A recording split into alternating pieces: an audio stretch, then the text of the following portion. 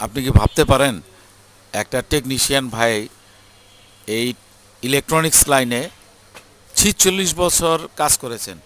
দেখেন কাজের পরিবেশ দেখে বুঝেন যে ইলেকট্রনিক্সকে ভালোবেসে দীর্ঘ সময় কিন্তু সে অতিবাহিত করেছে।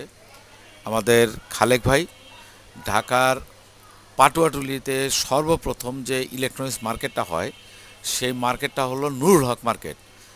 ঠিক সেই নুরুল হক মার্কেটের দোতলায় আমাদের খালেক ভাই এই প্রায় এতটি বছর অর্থাৎ ৪৬ বছর একটানা সার্ভিসিং জগতে আছেন।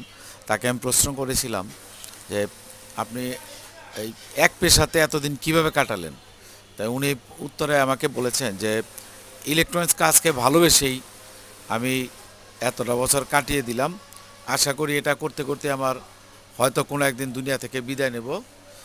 তো এভাবেই চলছি, এটাকে ভালোবেসে আমি এই পেশাতে আছি।